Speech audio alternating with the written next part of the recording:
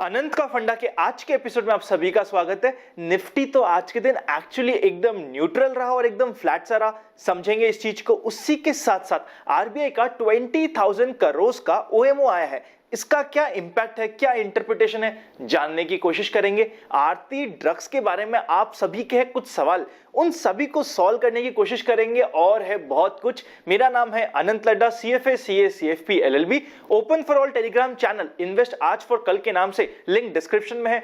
अभी तक ज्वाइन नहीं किया तो कर लीजिएगा। यह है उसका स्क्रीनशॉट। 49,000 से ऊपर मेंबर्स बन चुके हैं। आपको लगे यूजफुल तो आप पार्ट बन सकते हैं। चलिए शुरू करते हैं अनंत का फंडा का पहला पार्ट, जिसका नाम है मार्केट टुडे। सबसे पहले सेंसेक्स और निफ्टी पे नजर डाल देते हैं। Sensex 0.12% positive, Nifty 0.05% positive. और ये जो 0.05% पॉजिटिव रह पाए ना, इसका कारण था सिर्फ एक। बैंक निफ्टी नजर डाल के देखिए 1.13% पॉजिटिव रहा। सेक्टर्स में जाके देखें तो सिर्फ बैंकिंग सेक्टर्स पॉजिटिव थे, चाहे पीएसयू बैंक हो, फाइनेंशियल सर्विसेज हो, प्राइवेट बैंक हो। सारे सेक्टर्स जो बैंकिंग से रिलेटेड थे, फाइनेंशियल सर्विसेज से रिलेटेड थे, वो तो रहे पॉजिटिव। इनके अलावा अगर नजर डालें, चाहे IT, pharma, PSC, commodity, energy, FMCG, हर एक सेक्टर नेगेटिव रहा। आप इधर चेकआउट कर सकते हैं। उसी के साथ साथ जिस समय हम ये वीडियो बना रहे हैं उस समय अगर यूएस फ्यूचर्स देखें तो स्लाइटली पॉजिटिव टू नेगेटिव, मतलब न्यूट्रल से है। अभी आप इधर चेकआउट कर सकते हैं। डाउ जोन्स 170 पॉइंट प्लस है, बट नास्डेक तो न्यूट्रल है। हमारे लिए इंपॉर्टेंट बात। अब कुछ इंपॉर्टेंट बातें मार्केट से रिलेटेड। सबसे पहले आज के दिन जो मार्केट फ्लैट रहा या फिर नेगेटिव साइड में रहा, ओवरऑल बात करी जाए तो उसका कारण था क्या? रिलायंस कमजोर रहा, एचडीएफसी बैंक कमजोर रहा, टीसीएस, इन्फोसिस कमजोर रहे। आज के दिन सिर्फ बैंक्स ने कहीं ना कहीं मिलके निफ्टी की लाज बचा ली। इंपॉर्टेंट था।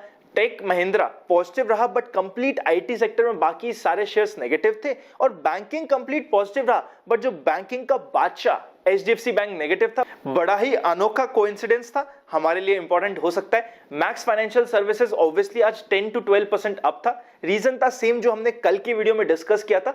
17% का स्टेक एक्सिस बैंक बाय करने की प्रोसीडिंग्स आगे बढ़ चुकी है। फिनिक्स पे आज के दिन प्रमोटर ने ऑलमोस्ट 8% का स्टेक बेचा और साथ ही साथ जिस प्राइस चल रही थी मार्केट में उससे 8.5% नीचे स्टेक बेचने की बात थी। बट फिर भी यूजुअली जब भी ऐसी कोई डील होती है, कुछ ऐसी बल्क डील हो रही होती है, उस समय हम कुछ अपॉर्चुनिटी ढूंढते हैं और आप सभी तक लाने की कोशिश करते हैं। इस बार देखिए, इससे पहले चाहे एचईएल हो, चाहे लॉरस लैब हो, वहां पे हमने ये अपॉर्चुनिटी देखी थी और यूज करने की कोशिश करी थी। इस बार क्यों नहीं यूज करी? सिंपल सा कारण है, जब तक शेयर फंडामेंटली बहुत ही ज्यादा एक्स्ट्रा स्ट्रांग नहीं होगा तब तक अगर कुछ ऐसी डील भी आनी होगी तब हम आप तक कोई ऐसी इंफॉर्मेशन लेके नहीं आएंगे। हमारे लिए इंपॉर्टेंट है जो reality sector as a whole है ना, उसमें second day continuously profit booking रही और काफी अच्छा खासा टूटा। कंप्लीट रियलिटी सेक्टर आज कमजोर रहा, हमारे लिए इंपॉर्टेंट हो सकता है। आज के दिन निफ्टी के मूवमेंट की बात करें ना, निफ्टी ओपन तो गैप अप हो गया, but gap up opening sustain नहीं कर पाई। सीधे थोड़े ही समय में मार्केट करेक्ट हुआ, फिर थोड़ी देर कंसोलिडेट हुआ और आखिरी के कुछ समय में करेक्ट हुआ और हल्का सा कंसोलिडेट होके जहां ओपन हुआ था घूम फिर के वहीं क्लोज हो गया। हम सभी के लिए आज का निफ्टी का मूवमेंट था काफी डिफरेंट। यूजुअली या तो हम काफी अच्छी तेजी देखते हैं या मंदी देखते हैं। ऐसा न्यूट्रल मार्केट रेयरली देखने को मिलता है। बड़ा ही सरप्राइजिंग रहा होगा काफी लोगों के लिए, बट ये कुछ आज शांति, कल के जो शोर होने वाला है उससे पहले की शांति तो नहीं। समझेंगे हम एक्सपेक्टेशंस फ्रॉम टुमारोज मार्केट में। अभी चलते हैं हमारे नेक्स्ट सेक्शन पे, जिसका नाम है एफआईआईज एंड डीआईआईज एक्शन।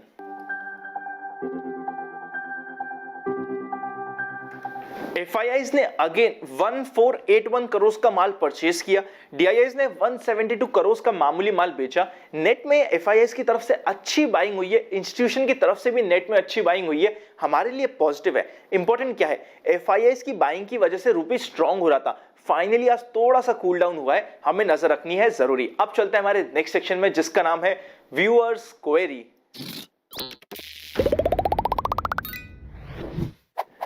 एक क्वेरी जो हमारे पास रेगुलरली आ रही है वो ये कि सर आरबीआई का ओएमओ 20,000 करोड़ का आ रहा है, इसका मतलब क्या है, क्या है इंटरप्रिटेशन समझने की कोशिश करते हैं।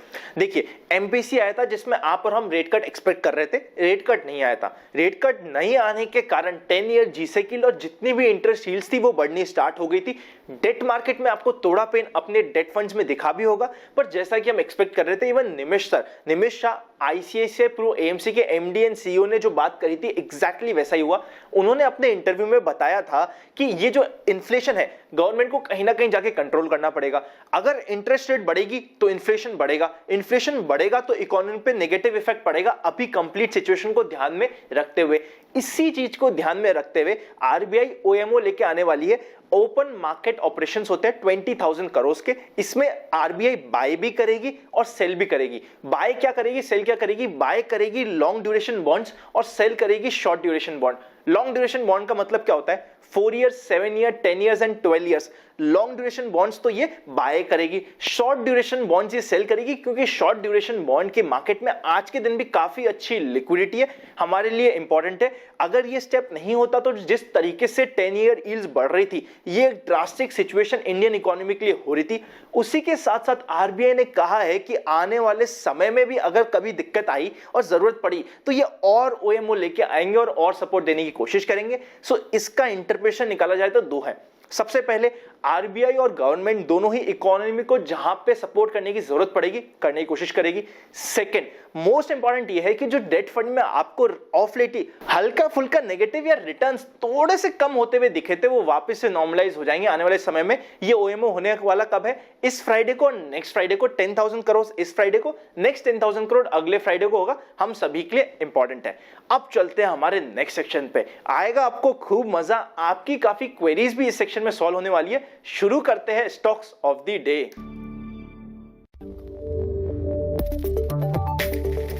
सबसे पहला स्टॉक ऑफ द डे जो होने वाला है, टिकर टेप पे चेकआउट करते हैं, एलआईसी हाउसिंग फाइनेंस 8.10% पॉजिटिव रहा। Second stock of the day जिसने आज के दिन ब्रेकआउट भी दिया है, बेयर क्रॉप, आप इधर चेकआउट कर सकते हैं, 5.14% पॉजिटिव रहा। इसमें तो खैर हमारी पर्सनल भी एक ट्रेड पेंडिंग चल रही है जिसमें प्रॉफिट बुकिंग करना अभी बाकी है। थर्ड स्टॉक एफले 10% पॉजिटिव रहा, back to back upper circuit लग रहे हैं। अब यहां पे थोड़ा समझने की जरूरत है एफले में। नेक्स्ट स्टॉक जो रहा वो रहा टाटा केमिकल, आप इधर चेकआउट कर सकते हैं, 3.01% पॉजिटिव रहा। और जैसे टाटा केमिकल आज सुबह 5% बढ़ गया था, उसी के अगेंस्ट में बीएएसएफ एक ऐसा शेयर जो हमारे रडार पे तो था बट वो अभी तक बढ़ा नहीं था और टाटा केमिकल के सेम सेक्टर से आता है। हमने पर्सनली एक ट्रेड भी ली और सभी मेंबर्स को और प्राइवेट चैनल पे भी बताया, विद इन सेम डे 3.5% का प्रॉफिट भी मजेदार बुक किया। आप इधर चेकआउट कर सकते हैं। अगर अभी तक आपके पास डीमैट नहीं है, डिस्क्रिप्शन में जीरोधा अलाइस ब्लू दोनों के डीमैट अकाउंट ओपनिंग लिंक से, जिसके साथ आप कंफर्टेबल हो डीमैट खुला सकते हैं। जैसे ही हमारे लिंक के थ्रू खुला है, डिस्क्रिप्शन में दी गई मेल आईडी पे बेसिक डिटेल्स भेज दीजिएगा। हमारी टीम आपको विद इन 10 डेज मेल पे ही रिवर्ट कर देगी, जहां पे आपको काफी एक कंप्लीट प्रोसेस मिल जाएगा जिससे आप एक प्राइवेट चैनल का पार्ट बन पाएंगे। काफी एडिशनल इंफॉर्मेशन और अपडेट्स हम वहां पे डालते हैं, आपके लिए यूजफुल हो सकता है। उसके अलावा अगर आप चाहें ना, ज्वाइन बटन मेंबरशिप कंसीडर कर सकते हैं, आपके लिए यूजफुल हो सकता है। प्राइवेट चैनल की सारी इंफॉर्मेशन तो हम मेंबर्स को थ्रू मेंबर्स कम्युनिटी टैब देते ही है, उसके अलावा काफी एडिशनल चीजें भी देने की कोशिश करते हैं। आप चाहे तो ज्वाइन बटन कंसीडर कर सकते हैं। अब चलते हैं एक ऐसे स्टॉक पे, देखिए मैं आपके फेवरेट स्टॉक की बात तो करने ही वाला हूं, आरती ड्रग्स की बात हम करेंगे। उससे पहले आईओएल केमिकल्स देख लेते हैं, 6.93% पॉजिटिव। अगेन इसमें एक अच्छा ब्रेकआउट है, हमारी नजर होनी जरूरी है। अब चलते एक ऐसे स्टॉक पे जिसका नाम है आरती ड्रग। ऑलमोस्ट 30-35% के रिटर्न देने के बाद आज ये 5% नेगेटिव क्लोज हुआ। आप इधर चेकआउट कर सकते हैं। ओपन तो अच्छा हुआ था, क्लोज नेगेटिव हुआ। सभी मेंबर्स को और प्राइवेट चैनल पर आया होगा मजा, आपको भी आया होगा मजा अगर आप प्रॉपर्ली ये वीडियो जो अनंत का फंडा है देख रहे हैं। तो कल ही हमने बताया था कि कैसे एक ऐसा स्मॉल केस जिसमें हमने आरती ड्रग्स बाय कर रखा था, उसमें हमने 10% प्रॉफिट बुक किया। उस प्रॉफिट बुकिंग का रीजन क्या था और कल ही कैसे हमें पता चला कि यार आरती ड्रग में प्रॉफिट बुक करना है। देखिए एक फिगर होता है 5, रेगुलरली 4 दिन से आरती ड्रग बढ़े जा रहा था, आज था 5th day. Just to be on a safer side, 5 is a Fibonacci number जहां पे काफी बार रिवर्सल होता है। सेम टाइप का रिवर्सल हमने देखा था कहां पे, अगर आप समझ चुके तो कमेंट करके पहले बताइएगा फिर नाम सुनिएगा। सेम टाइप का रिवर्सल आपने और हमने देखा था जीएमएम फॉडलर पे। क्या ये हमेशा अप्लाई होता है? नहीं, जस्ट बिकॉज जो हमने स्मॉल केस बाय किया था, सभी मेंबर्स के साथ और प्राइवेट चैनल पे भी शेयर किया था, उसका 10% का जो मेरा पर्सनल टारगेट था वो मिल चुका था, इसलिए हमने प्रॉफिट भी बुक कर लिया था। उसी के साथ साथ आरती ड्रग को स्पेशली मेंशन करना जरूरी इसलिए था क्योंकि इसमें 5 डेज हो गए थे। एक अच्छी रैली के बाद जो रिवर्सल आता है वो 5th डे पे आने के चांसेस होते हैं, बट अभी भी एक स्ट्रॉन्ग शेयर है, हमारी नजर में रहेगा। कभी भी अच्छी अपॉर्चुनिटी मिली और मैंने पर्सनली कुछ ट्रेड लेने की कोशिश करी तो आप सभी को बताने की, स्पेशली मेंबर्स को और प्राइवेट चैनल को तो लाइव समय बताने की कोशिश रहेगी। 5th डे वाला रूल जीएमएम फॉडलर में भी अप्लाई करके हमने एग्जिट दी थी, उसके बाद करेक्शन हुआ था। आरती ड्रग में भी हमने पर्सनली एग्जिट ली थी, सभी को इंफॉर्मेशन के लिए शेयर करी थी और रूल अप्लाई हुआ। हर समय अप्लाई हो ऐसा जरूरी नहीं है, बट एक अच्छी प्रोबेबिलिटी होती है जब कोई शेयर बहुत अच्छा रेगुलरली बढ़ रहा हो। 5th डे पे रिवर्सल आता है, फिबोनाची का इंपॉर्टेंट नंबर है, आपके लिए यूजफुल हो सकता है। अब चलते हैं हमारे नेक्स्ट सेक्शन पे जिसका नाम है जनरल मार्केट ट्रेंड।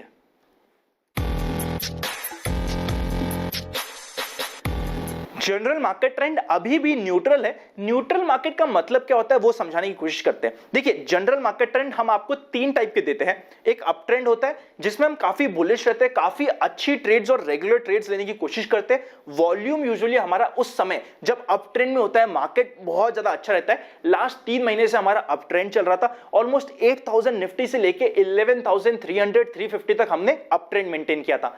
अब हमारा क्या है, न्यूट्रल स्टेंस। न्यूट्रल स्टेंस में भी हम बाय तो कर रहे हैं, आप देख रहे होंगे कुछ ना कुछ अपॉर्चुनिटी मिल रही है तो हम उसको कैपिटलाइज करने की कोशिश कर रहे हैं, बट यहां पे हम काफी ज्यादा कॉशियस है मार्केट को लेके।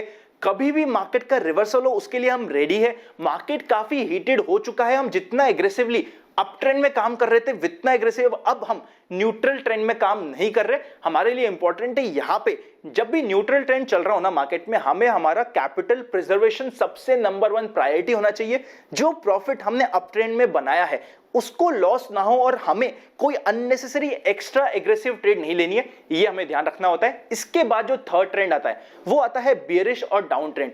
वहां पे हमारी कॉशियसनेस बहुत ज्यादा बढ़ जाती है, जितनी हम ट्रेड ले रहे होते हैं उसका नंबर बहुत कम हो जाता है। कई बार वहां पे तो ऐसा भी होगा पूरे दिन में हम कोई ट्रेड नहीं लेते, चुपचाप शांति से बैठे रहते, वो होता है डाउन ट्रेंड या नेगेटिव ट्रेंड। और उस समय तो हमें बहुत ही ज्यादा सेफ होने की जरूरत होती है। अभी हम न्यूट्रल स्टैंस में चल रहे हैं, अभी हमने बियरिश नहीं किया, इस चीज को समझने की है जरूरत। इस समय हम पर्सनली ट्रेड ले रहे हैं, आप सभी के साथ शेयर भी कर रहे हैं, बट काफी ज्यादा कॉशियसली होके और टाइम एंड अगेन आप सभी को ध्यान दिला के कि यहां पे हमारे पास जो पास्ट में प्रॉफिट हुआ है उसको प्रिजर्व करने का टाइम है। आपके लिए इंपॉर्टेंट ये तीनों स्टैंड समझना। आज के दिन अभी भी हमारा न्यूट्रल स्टैंस है। आज का दिन तो खैर दिन हुआ ना हुआ बराबर सा हो गया, नलीफाई सा हो गया और ऐसा लगा कि आज के दिन कुछ भी नहीं हुआ, जहां ओपन हुआ वहीं क्लोज हो गया। निफ्टी के पर्सपेक्टिव से मैं बात कर रहा हूं। अब चलते हैं हमारे नेक्स्ट सेक्शन में जिसका नाम है एक्सपेक्टेशंस फ्रॉम टुमारोज मार्केट। सबसे पहले कॉल की बात करी जाए तो हाईएस्ट ओपन इंटरेस्ट 11500 पे, सेकंड हाईएस्ट ओपन इंटरेस्ट 11800 पे और थर्ड हाईएस्ट ओपन इंटरेस्ट है 11600 पे। जो मेजर रेजिस्टेंस आ रहा है वो आ रहा है 11550 का।